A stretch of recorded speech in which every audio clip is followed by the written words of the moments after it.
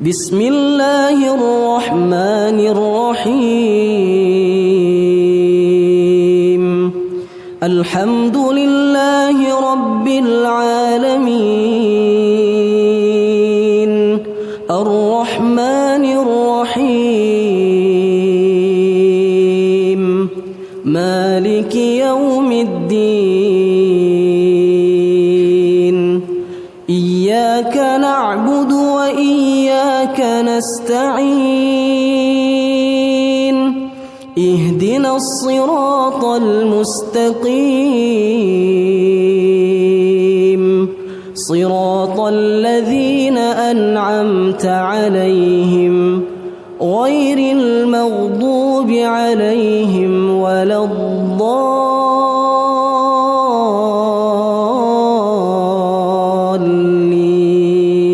Kemudian yang terakhir saya beri ijazah tentang Al-Fatihah ya, karena ini surat yang populer.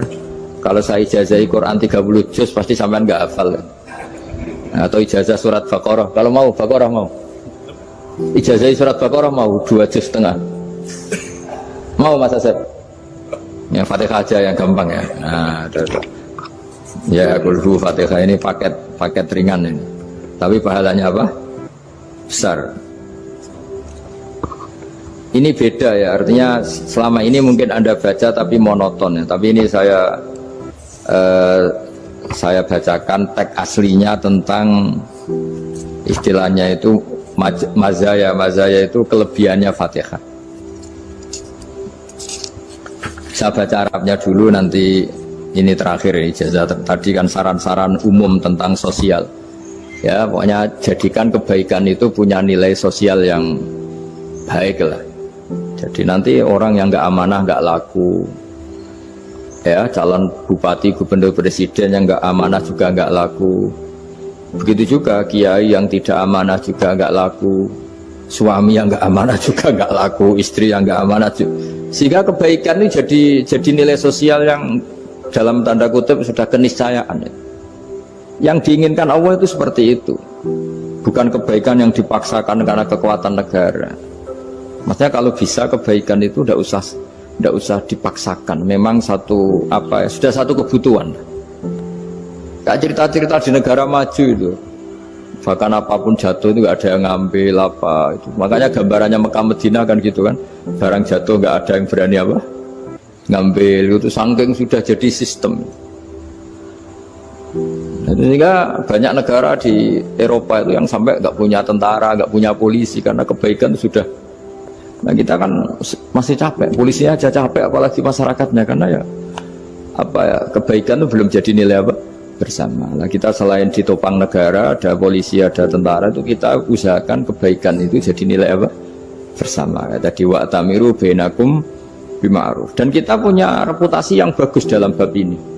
Saya masih ingat kecil saya itu yang jilbaban hanya keluarga kiai. Sekarang rata-rata masyarakat itu jilbaban. Dulu yang sekolah SMP, SMA itu jilbaban kadang dulu malah dilarang ya, harus sama seperti itu seragamnya. Sekarang sudah boleh dan nyaman. Lama-lama yang dapat simpatik ya yang pakai pakaian model tertutup seperti itu. Lama-lama gamane cara wong golek mantu ya golek yang seperti itu daripada yang blodor. Lama-lama jadi nilai bersama. Ya ingin saya seperti itulah. Di terminal juga sama. Orang mau makan cari warung yang kelihatan ada ayat kursinya, pakai jilbab, atau paling enggak dia nggak mungkin lah nyuguhkan yang tiren atau yang haram. Akan ada garansi sosial, ada apa? Ada garansi apa? Sosial dengan penampilan yang soleh itu kan, masa iya nyuguhkan oposan babi gitu misalnya itu. Jadi nilai sosial itu harus harus benar-benar jadi nilai, sehingga negara biar gak capek-capek itu. Polisi juga gak capek kan, karena tugasnya corong Jawa mau ngawat-ngawati tok, tapi sudah tidak perlu tegang karena kebaikan sudah jadi nilai bersama. Ya, ingat-ingat ya ayatnya tadi, wa'tamiru bainakum bima'ruf. Jadi kebaikan itu harus jadi nilai bersama. Iktimar itu menjadi urusan bersama. Makanya kalau kita rapat besar disebut apa? Muktamar. Muktamar itu urusan bersama. Ya tadi imamnya sholat juga menopang Gojek karena nggak lama-lama nopang Grab, nopang Kernet, nopang penjaga Indomaret, penjaga bensin, pom bensin. Lah dia hanya punya waktu 5 menit terus imamnya baca Baqarah kan. Iya imamnya mursyid, mungkin dia tambah lama tambah dapat aplaus dari muhibbinnya, tapi makmumnya dia tambah lama tambah dapat penghormatan dari pecintanya, tapi kitanya wah khusyuk wali kan, dia dapat status naik. Lah kita yang sudah tidak ikut jadi wali diganggu apa pekerjaannya. Kalau ada imam seperti itu sampai mufaroqah saja, niat ya Allah sampai sini saja saya makmum orang itu, silakan orang itu punya urusan sendiri dengan jenengan, ya sudah atau salib saja apa. Nah, itu boleh kalau dalam fikih namanya apa? Mufaroqah. Mufaroqah itu niat. Tapi kamu jangan langsung selonong mufaroqah, niat dulu. Pamit sama Allah bahwa sekarang mau mufaroqah. Ya, tapi ya jadi sholat yang aneh kan, imamnya masih rukuk, kamu terus sujud, terus apa-apa selesai ya. Mungkin dalam pandangan itu orang lain ini maksudnya makmum gimana ini kok begini. Tapi sudahlah Allah Maha tahu. Nah, insya Allah dimaklumi. Ya saya baca tentang Fatihah ya, karena sampean pasti sering baca Fatihah. Tak bacakan supaya sampean tahu keramatnya Bismillah. Nah sebelum saya bacakan Bismillah Fatihah, tak beritahu tentang ilmu tafsirnya, karena ini penting sekali. Fatihah itu dawuhnya Allah, tentu itu dawuhnya Allah. Saya ulang lagi, itu kalam Allah. Tapi yang sudah diberikan kesampaian ke kita semua, sehingga seakan-akan itu menjadi dawuhnya kita ke Allah. Jangan salah loh ya, Fatihah itu dawuh Allah tapi sudah diberikan ke kita, sehingga posisi kita itu yang punya itu. Nah kenapa ini perlu dijelaskan? Karena nanti ada kalimat iyyaka na'budu wa iyyaka nasta'in. Kalau itu masih kalam Allah, berarti Allah ngomong ke kamu, ngendikan ke kamu, kepadamu aku menyembah. Masa Allah menyembah kamu? Nah sehingga ilmu tafsir itu menyelesaikan itu dulu ya. Saya ulang lagi ya, sebelum sampean sering baca Fatihah, aku yakin ya sering baca, tapi barokahnya tidak paham itu tidak pernah janggal. Enggak paham itu ya penting supaya tidak iskal, tidak janggal. Sebetulnya di kalimat itu ada yang janggal. Kalau Fatihah itu kalimatnya Allah atau kalam Allah, bagaimana dengan kata-kata iyyaka na'budu? Masa Allah ngendikan ke kita, kepadamu kami menyembah? Masa Allah menyembah kita?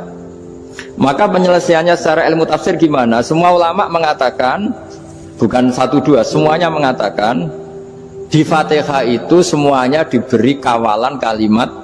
Saya ulang lagi ya, di Fatihah itu semuanya diberi awalan kalimat qulu, katakan wahai hambaku begini ya, katakan wahai hambaku begini. Nah begini ini pelajaran dari Allah yang sudah diberikan ke kita. Terus kita mengatakan Bismillahirrahmanirrahim, Alhamdulillahirabbil, termasuk kita mengatakan iyyaka na'budu wa iyyaka nasta'in. Jangan bayangkan Allah ngendikan ke kita. Kalau Allah ngendikan kita berarti gini, hei wahyu ihdinas siratal mustaqim, tunjukkan saya jalan yang benar. Nah nanti kamu terus, ya Allah Anda aja minta tolong saya minta tolong siapa kan, jadi panjang kan. Ya saya ulang lagi ya, jadi itu di Ulumul Quran diterangkan gimana sebelum baca Fatihah ya. Fatihah itu kalamullah, ngendikannya Allah, tapi yang sudah diajarkan ke kita dan sudah milik kita, sehingga kalimat itu menjadi milik kita. Tapi ya kalamullah, tetap kalamullah, tapi sudah menjadi milik kita. Udah paham ya? Ya pinter nah. Ya, karena kalau tanpa penjelasan seperti ini Anda akan iskal. Bagaimana Allah, iskal itu janggal, bagaimana Allah mengatakan iya karena butuh, kan jadi aneh ya. Ya jadi tak jelaskan secara ilmiah ya. Jadi kata ulama-ulama tafsir, ayat-ayat Quran seperti ini sebetulnya dimulai dari qulu apa? Meskipun nggak dilafatkan. Itu kan sama dengan qul huwallahu ahad Muhammad, katakan kalau Tuhan itu satu. Ya namanya Quran itu kan kalam Allah, membina nabinya, membina umatnya. Makanya dikatakan atau enggak, di sini tersembunyi kata qulu, katakan. Ya. Jadi ya ibarat apa itu? Kamu ngajari anak kamu lah. Le, panggil jenengan bapak kulo. Itu maksudnya anak itu, kalimat itu kalimat kamu, tapi kamu ajarkan ke anak kamu. Terus anak kamu bilang, Pak jenengan bapak kulo. Nah ketika kamu mengatakan jenengan, bukan kamu mengatakan jenengan anakku, berarti anakmu itu bapakmu kan lucu kan. Anak kamu ajari jenengan bapak kula. Kamu engkau bapak saya. Terus anak kamu mengulang jenengan atau kamu bapak saya. Berarti itu kalimat yang kamu ajarkan, tapi sekarang sudah milik anak kamu.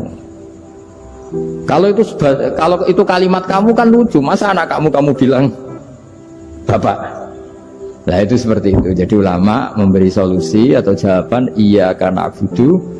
Iya itu sebelumnya ada kata-kata kulu, katakan wahai hambaku, hubungan kamu dengan saya adalah katakan iya karena na'budu wa iya karena nasta'in. Terus hubungan kamu dengan saya katakan juga dalam doamu ihdinas siratal mustaqim. Jelas ya, jadi itu kalam Allah yang sudah milik kita karena diajarkan Allah untuk kita. Dong ya? Ya dong, gak jelas ya. Tapi bagus, gak jelas itu bagus. Kalau kamu jelas gak jadi dikrep, jadi gubernur. Min azimi fadliha kasratu asma'iha wa fadlil ukhra. Ini cerita dramatisnya surat Al-Fatihah. Qala Abu Hurairah radhiyallahu anhu inna iblisa ranna khina unsitat Al-Fatihah. Jadi iblis itu begitu kesakitan. Ini kitab Abu Abul Farad karangannya Syed Muhammad Alawi, juga kutipan dari beberapa kitab. Yang jelas beliau sendiri juga ngutip dari beberapa riwayat di beberapa hadis. Halaman 123. Ketika Fatihah turun itu iblis kesakitan. Kayak orang sakit gigi lah, tersiksa sisanya karena turunnya surat apa? Al-Fatihah. Artinya kalau Anda baca Fatihah dijiwai, maka Anda melemahkan setan, melemahkan iblis. Wa qala Mujahid, khina unzilat Fatihatul kitab ronna fastama indahu asyayatin. Jadi ketika Fatihah itu turun, iblis itu terkapar lah kira-kira, sampai dijenguk banyak setan. Jadi kamarnya di ICU lah kira-kira gitu kalau sekarang itu. Entah COVID entah enggak tahu, pokoknya di ICU sampai dijenguk banyak setan. Enggak tahu bawa apa enggak tahu, pokoknya dijenguk banyak setan. Yang nyangoni karena ini apa? Ketuanya apa? Pingsan, sakit. Jadi iblis itu sakit sampai dijenguk anak buahnya setan-setan. Ya, semoga kalian semua tidak kenal setan. Kalau kenal berarti teman, apa? Wa qalu misla dzalik wa qala lahum laisa mimma taquluna syai'un walakin unzilat suratun laisa ajruqa ilya illa an harramahu alaihi nar jahannam. Saya ini bukan sakit fisik, kata iblis. Kamu tidak usah jenguk saya, datangkan dokter terbaik, tidak usah. Saya ini tidak sakit fisik. Saya ini sakit karena ada surat yang diturunkan, yang pahala yang melafadzkan surat itu pasti selamat dari neraka. Padahal misi terbesar saya ini supaya manusia masuk neraka. Sekarang punya tamengnya. Wah pusing kan? Ya seperti orang lah, goda sampean ternyata sampean setia, itu kan pusing. Nah ternyata tidak setia, itu yang akhirnya ribet kan itu. Jadi iblis itu cita-cita terbesarnya kan semua orang itu masuk neraka. Nah sekarang turun satu surat yang gara-gara surat itu siapapun yang baca dijamin selamat dari neraka. Jadi walakin unzilat suratun laisa ajru qailiha illa an harramahu alaihi nar jahannam. Karena jadi dia shock lah, kalau orang di Jawa itu bilang shock. Aduh sial nasib saya ini umat nggak bisa saya goda lagi karena punya tamengnya tadi punya. Qad batala kaidukum wa makrukum. Rekayasa kalian sekarang itu tidak ada gunanya semua. Nah, ini alhamdulillah di Indonesia kelihatan kan banyak yang miskin, banyak yang susah. Tapi selagi mereka masih sholat, itu keinginan mencari halal itu masih tinggi. Kayak apa kita di tengah kota, jauh dari anak istri, jauh dari tetangga. Biasanya kalau orang jauh dari anak istri, tetangga kan sakar PDW. Tapi yang soleh masih banyak, sudah jauh dari keluarga tetap lurus. Loh kalau yang dekat lurus kan wajar, konangan wong akeh kan. Ini sudah jauh masih lurus. Nah ini nggak lepas dari barokahnya surat apa? Surat Fatihah tadi. Jadi karena ada surat yang menjamin pelafalnya atau qailiha terbebas dari api neraka. Wa qalat as-sayatinu lahu is ayyusai'in ta'muruna ya maulana. Faqala lahum idhabu wajtahidu hatta tukhfilu qulubahum hatta la yaqulu hadhihi surah. Lalu kita gimana? Jari para setan gitu. Lalu kita gimana? Terus kata iblis, sudah bikin mereka lupa sehingga tidak baca lagi. Selagi masih baca kita pasti keok. Jadi kalau sampean sudah jarang baca Fatihah itu berarti sudah bagian dari kemenangan apa? Iblis. Jadi kalau sampean sudah jarang baca Fatihah itu berarti bagian dari kekalahan Anda kemenangan iblis. Masih sering baca? Berapa kali? Dan sama lagi. Kok 5 kali tok itu? Berarti pas sholat fardu tok itu. Enggak 5 kali itu, mendingan itu 17. Kamu itu ngitungnya jangan 5 ini. 5 waktu itu berarti lumayan kan? Berapa? 17 ya? Iya. 17 ya? Ya. 17, tapi kalau makmum tuh sering separuh kan, apalagi makmum tarawih. Ya kan? Makmum tarawih itu bacanya Fatihah ada yang sempurna enggak ya? Ya enggak lah. Baru alhamdulillahirabbil alamin mampu ruko ikut ruko ini gitu. Makmum kan yang tarawih lah Mas. Kalau tarawih jarang sempurna ya. Fatihahnya itu. Kan imam sudah ruko. Kamu bacanya Fatihah sampai mana tuh? Baru setengah ya. Ya paling pas tarawih aja kan enggak sempurna ya. Apalagi kalau imamnya sing kilat tuh, waduh malah. Nah ketika Fatihah itu sebegitu keramatnya, sebegitu topnya, itu setan rapat, singkat cerita itu yang tadi dipimpin oleh iblis yang sedang terkapar apa? Terus tali obatnya nggak ada, cuma dia shock karena ada surat yang turun yang melafatkan itu pasti selamat dari apa? Neraka. Nah ini gimana saran Anda? Sarannya adalah bikin orang-orang itu lupa, tidak baca Fatihah. Nah ini rapatnya iblis. Izhabu wajtahidu hatta tufilu qulubahum hatta la yaqulu hadis surah. Kala yuksiru qira'ataha wa la yakunu lahum ajrun wa thawabun bal yakunu lahum adzabun wa iqabun. Jadi saya mohon selama ini Anda sudah baca, tapi mungkin hanya rutin saja. Napa rutin saja? Jadi barokahnya ngaji ini kamu punya kekuatan atau punya semangat membaca karena ini surat yang luar biasa. Ibarat gini, kalau sampean tanya, saya juga sering mikir, masa Gus hanya surat kok punya kekuatan seperti itu? Di dunia ini kata Allah, mulai Nabi Adam sampai kiamat, nggak ada yang bisa menandingi kekuatan kalimah. Kalimah itu kata-kata, nggak ada yang bisa menandingi kata-kata. Misalnya Anda nge-grab berangkat, istri cuek, berangkat cuek, itu beda dengan ketika meskipun satu kalimat, Pak, muga-muga dilindungi pangeran, mungkin jenengan selamat. Itu menjadi teduh dan semangatnya luar biasa karena kayak mendapat support. Jadi kira-kira kalimat itu hubungannya kita dengan Allah. Fatihah itu seperti itu. Kamu melafadzkan satu kata-kata yang dibenarkan langit bumi, dibenarkan aras, dibenarkan malaikat, dibenarkan semua penghuni di dunia ini. Sehingga itu efeknya luar biasa. Itu seperti gini ya, kamu cerai sama istri, terus nikah lagi katut babon. 10 tahun anak kamu dididik, ibunya benci kamu dan memang Anda layak dibenci, dididik dan sampai nggak pernah manggil kamu Pak. Suatu saat kamu tentu rindu kan ingin dipanggil bapak oleh anak kamu. Suatu saat anak ini manggil kamu Pak E. Itu senengnya bukan main, hanya sebuah kata-kata. Makanya kadang-kadang orang itu tanya sama kiai, ijazah lafadz ini gunanya apa sih? Itu ijazah-ijazah itu untaian kata-kata, yang kata-kata ini dibenarkan langit dan bumi dan aras dan para malaikat, sehingga efeknya itu luar. Nah ibarat seperti itulah, kamu melafadzkan Fatihah itu melafadzkan kata-kata yang dibenarkan Allah dan Rasul dan semua malaikat, semua penghuni langit, maka ini efeknya pasti luar. Nah di sini lah orang-orang dulu itu tahu keramatnya itu, sehingga ketika melawan Belanda, melawan Jepang dulu itu kalimat-kalimat itu menjadi mantra yang luar biasa. Doa lah, doa yang luar biasa. Tapi di era modern karena orang sudah tidak ngerti itu, dianggap itu mantra, jimat, khurafat, bid'ah, waduh ribet menemal. Sebetulnya tidak seperti itu. Memang kata-kata ini kekuatannya luar biasa. Sama kesakitan hati kamu juga karena itu. Ngojek wangilan. Lha Pak di bojo kok kowe gagah tok kere. Wah, iku seling terus. Padahal kalimat itu kan tidak melukai secara fisik, tapi apa kerjanya sesuk sarasa-rasen. Karena terus dengan pengadilan seperti itu kan, ngapain kerja demi perempuan yang seperti ini? Lagi-lagi kata-kata ini luar. Nah bayangkan kalau kata-kata itu adalah kalimat yang diajarkan Allah lewat Rasulnya, lewat malaikat Jibril. Kayak apa kekuatannya? Nah kira-kira Fatihah itu gitu. kalimat yang baik, kalimatan thayyibah diajarkan oleh Allah dan Rasul, kayak apa kira-kira kekuatannya? Pasti luar biasa.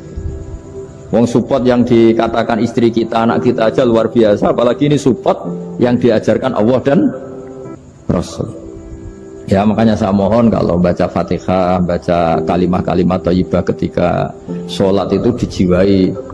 Ya misalnya Rabbana lakal hamdu mil'us samawati wa mil'ul ardi wa mil'u ma syi'ta min syai'im. Engkau zat yang layak dipuji, dan pujian ini memenuhi langit dan bumi. Karena kita tahu nggak ada sejengkal di alam raya ini kecuali di situ ada rahmat Allah. Misalnya kamu bisa lewat sampai rumah saya, kamu mungkin anggap biasa saja. Coba kalau ngalami likuifaksi, tahu-tahu bumi ini ambles, bisa ngelewati yang likuifaksi itu luar. Tanyakan orang pernah ngalami likuifaksi di Sulawesi, itu melihat bumi bisa diinjak gak ambles itu, wah luar. Nah, sampean gak ngalami itu sehingga lewat bumi ya biasa aja. Coba kalau ngalami seperti tidur, ya biasa aja. Coba kalau ada gempa, bahwa bumi tenang ini sudah nikmat yang luar biasa. Masa kamu ngakui nikmat nunggu digituin? Iya kan? Nah, makanya baca Fatihah dijiwai lah, bahwa ini kalimat yang luar biasa. Nah, saya teruskan. Warwa Muslimun fi sahihihi an Ibnu Abbas radhiyallahu anhuma annahu qala bainama Jibril alaihi salam qaidun dan Nabi sami anaqidan min fawqi farafa'a ra'sahu faqala hadza babun minas sama futihal yawma lam yuftah qaddu ilal yaum fanazala minhu malakun faqala hadza malakun nazala ilal ardi wa lam yanzil qaddu ilal yauma fasallim waqal absyir binuraini qad utitahuma lam yu'tahuma nabiyyun qablak Fatihatul kitab wa khawatimu suratil Baqarah. Jadi suatu saat Jibril ini jagongan kira-kira gitu sama Rasulullah. Tahu-tahu langit itu gemuruh. Karena langit gemuruh kata Jibril, terus semuanya ngangkat kepala ke langit. Ini pintu langit baru ini dibuka, yang sebelumnya tidak pernah dibuka seperti ini.